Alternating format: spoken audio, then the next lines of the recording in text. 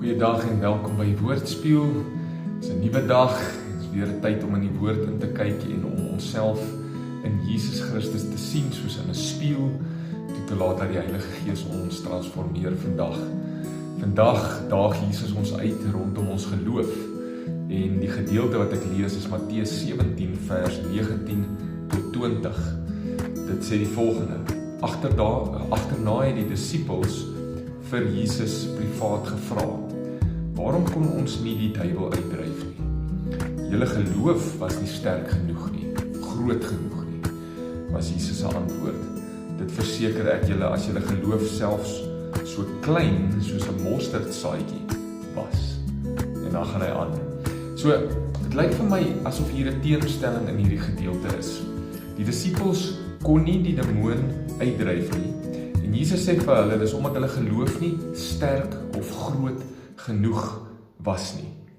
Maar dan sê hy, al was hulle geloof so klein soos 'n mosterdsaadjie, sou dit wat hulle glo gebeur. Nie groot genoeg nie, maar al was dit so klein soos 'n mosterdsaadjie.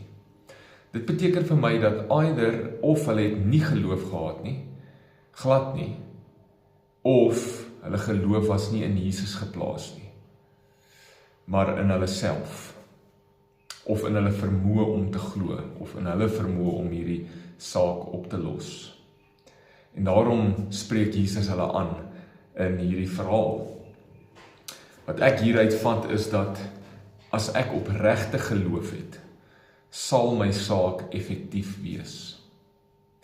Dit gaan nie oor indrukwekkende groot of klein geloof nie. Dit gaan nie oor geloof in my geloof nie. Dit gaan oor vertroue in God wat geloofwaardig is. 'n werklike opregte vertroue in hom en 'n vertroue in hom met alles.